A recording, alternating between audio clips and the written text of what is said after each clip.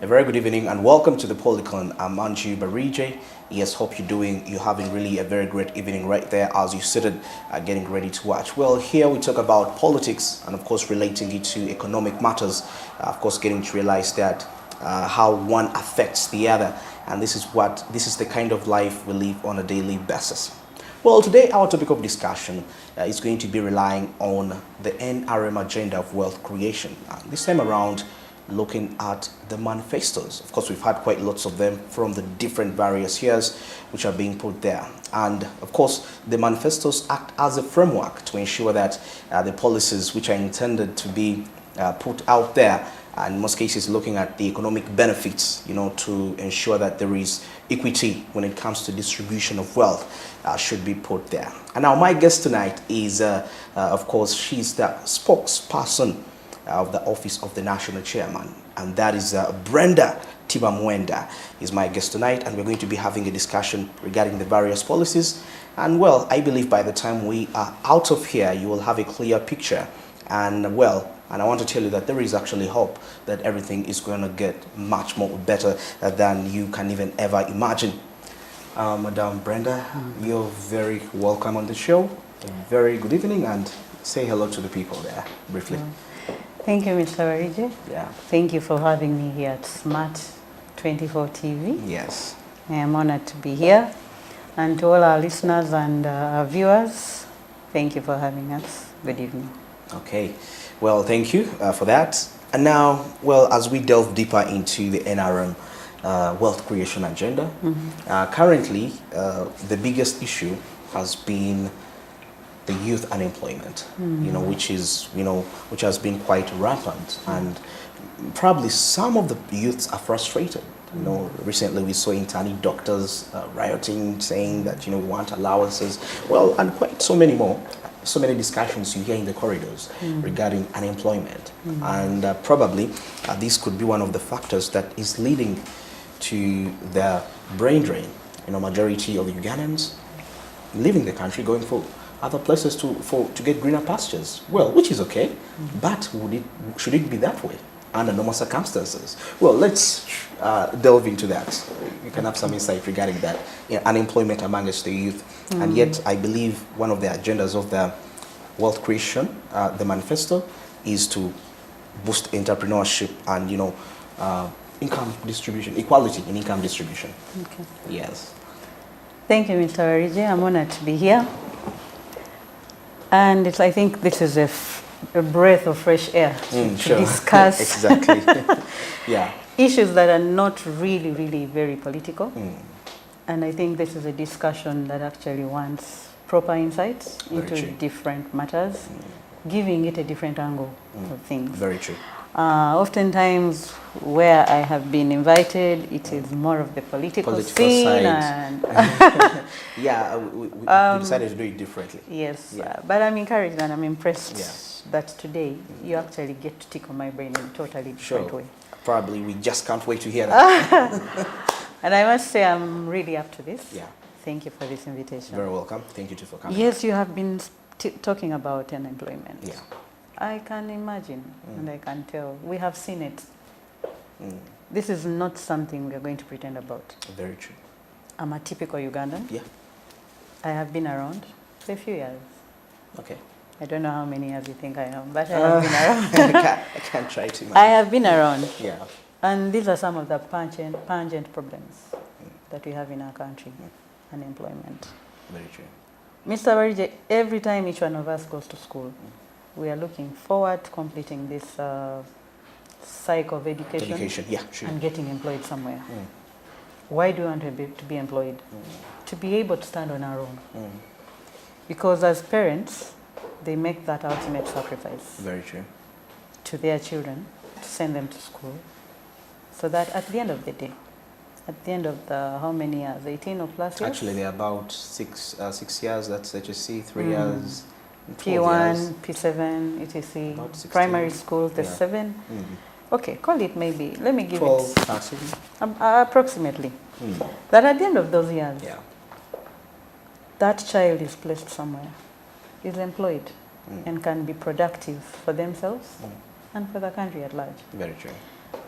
But you have asked me about the unemployment. Yes. And with the labor survey report, yeah, regarding that. There is a big problem of unemployment in our country. That one I will not even beat the bush about it. True. But what I have to say is this. You've spoken out. You've raised a number of issues, brain drain, unemployment, and etc. Mr. Barije, one thing I have to say, we have a small country. Okay? It's evident. Each year, how many institutions do we have in this country that actually gives us output of these graduates? How many? 25 to 30. I understand you're the journalist, but you're dealing with the teacher here. Yeah. So we are going to have to cost share. Very true. The roles. Yes, it's okay. So one thing I want to actually, the picture I'm trying to paint, is that we have, should I call them static enterprises? Yeah. Those enterprises that can actually employ the different youths who have graduated. and the different graduates that are actually coming out each year. Yeah. I must say that there was a time when we had just one university, Makerere University, at the time. And everybody looked out for those graduates. I was told that in those early years, some of these people were actually called to these jobs. Some of the people that...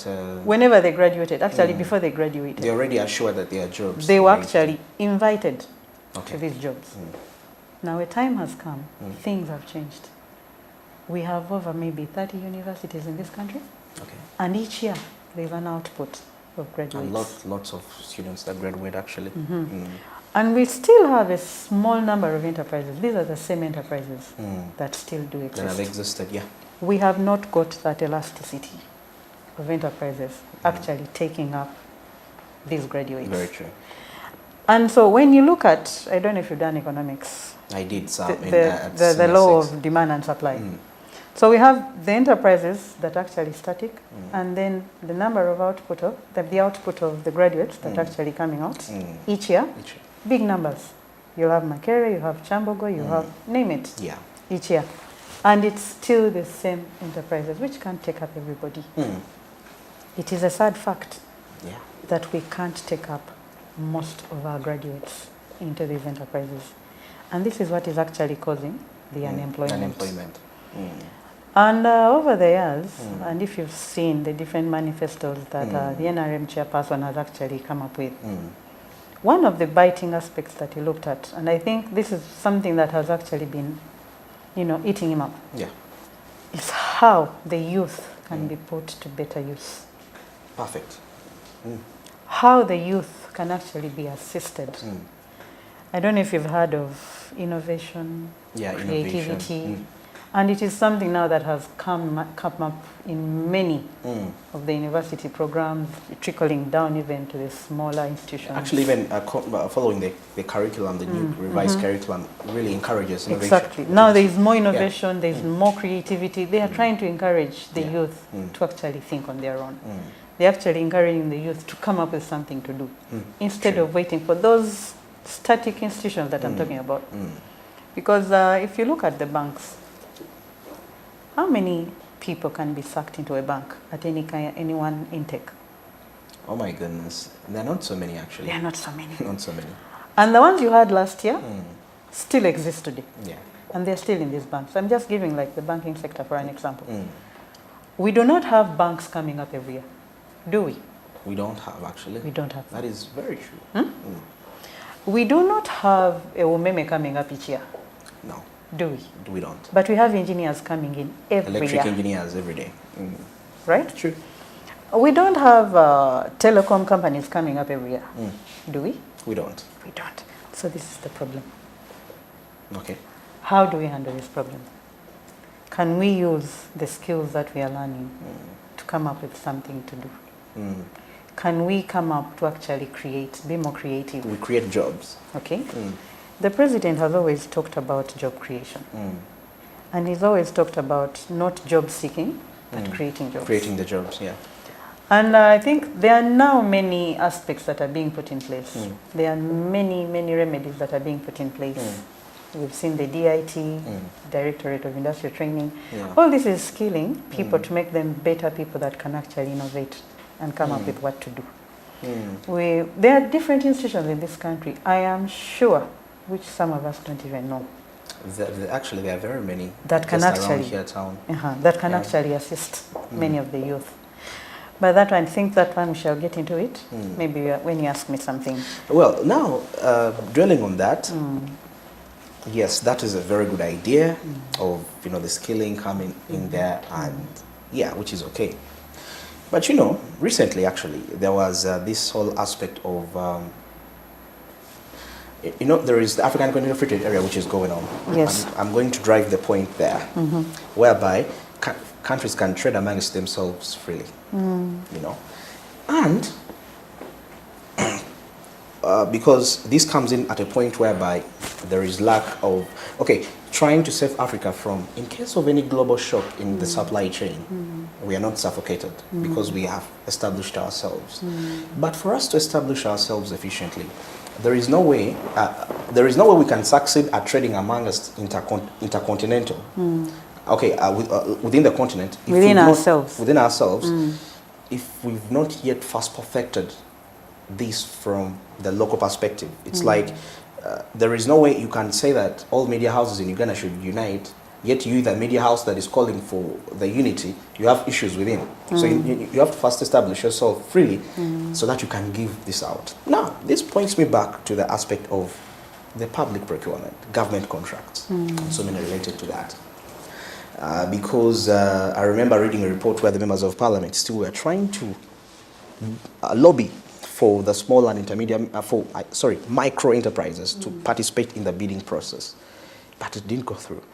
And it's like, for you to benefit from the bidding here, you have to be an already established business. But remember, I'm a graduate, I've left school. The government, I was told that, create your job. And I'm creating one. And I'm looking for that sustenance to employ myself.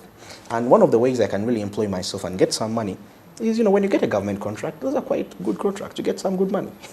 Everyone really wants to, because they're always.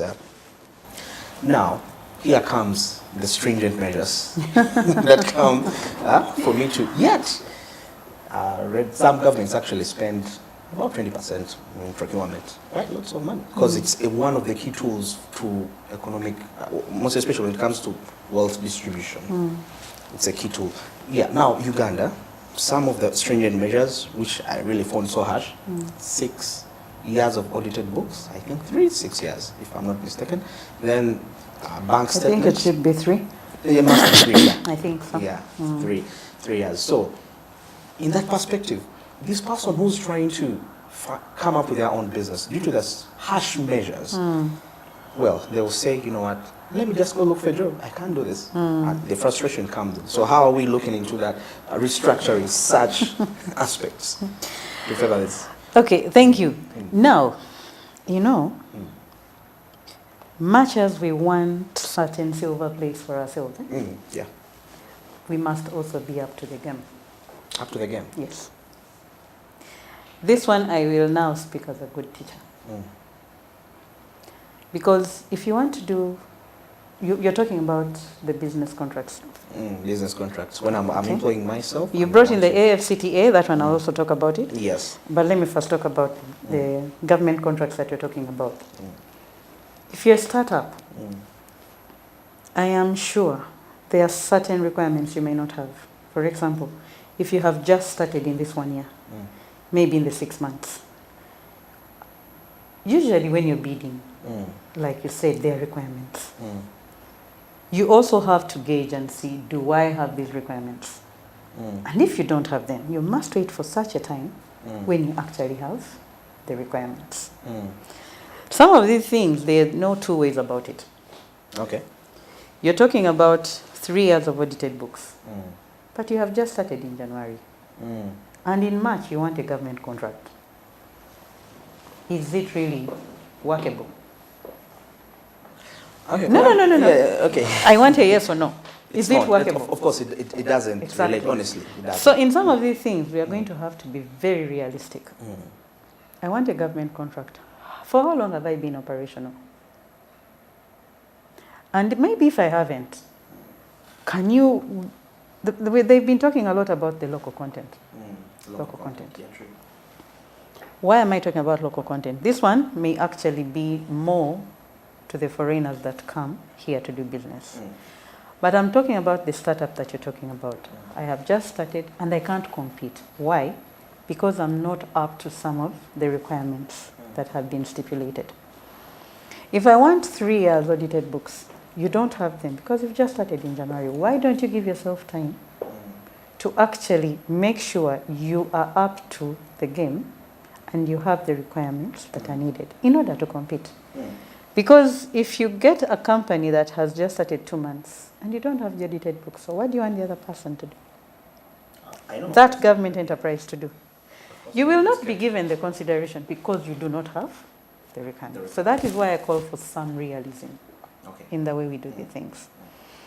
2, some of the young people that are actually eager and hungry to do some of the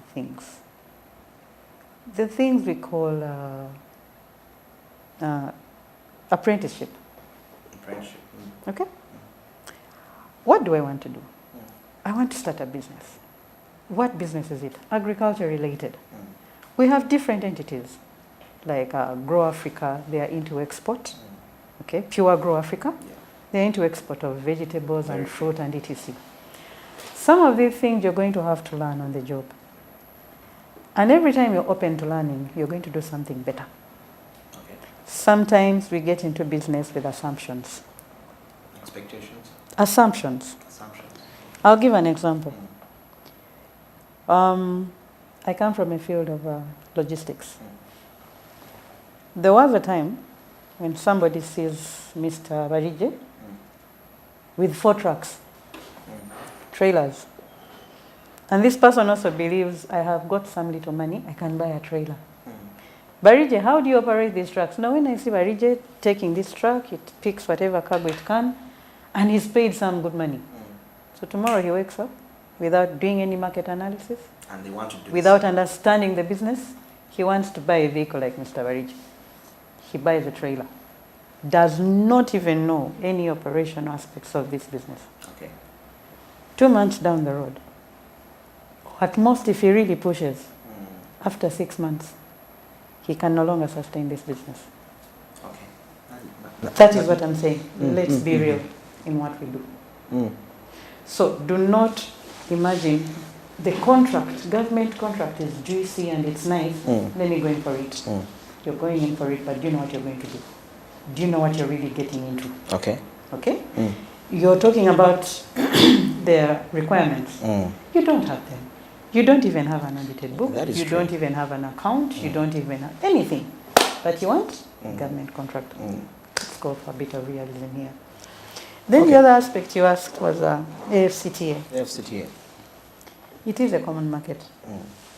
And the beauty we have had the Secretary General of the AFCTA actually was here coming to visit. And he was here last year. Yeah. And even this year, I guess. He has just been here. Just been here. And last year, I think he was hosted by the Presidential CEO Forum. Very beautiful event. So these are some of the things that we need to get ourselves used to. Sometimes, one of the cultures I've seen around in Uganda, when a new phenomenon comes on, we believe it is for a certain group of people. We distance ourselves from it. And later, when actually it picks up, then we begin to grapple around in the dark. What is this about? What should I do? How do I come in and etc. So let's get to that culture of trying to learn what it is. Let's get on board, understand what the things are, and then be able to do it. The AFCTA is a good platform very for you Africans to do business. So let's acclimatize ourselves with these things. Okay, because actually I love that point of things take time. In other words, even market research. But I've always tried to put this aspect that in most cases, for example, when you're laying down a manifesto and let me say this is 6 years, or the National Development Plan, this is phase 1, phase 2, phase 3. 5 years. 5 years. You know, now we are, I think, phase for NDP 3. Yeah. So there must be, you give yourself a period of time that, okay, this should be the time that, for example, by around this time, I must, my net, can I say, they call it my turnover, must have reached this amount. Now, because, like you say, I've started my business in January. Some of these businesses actually stay there forever.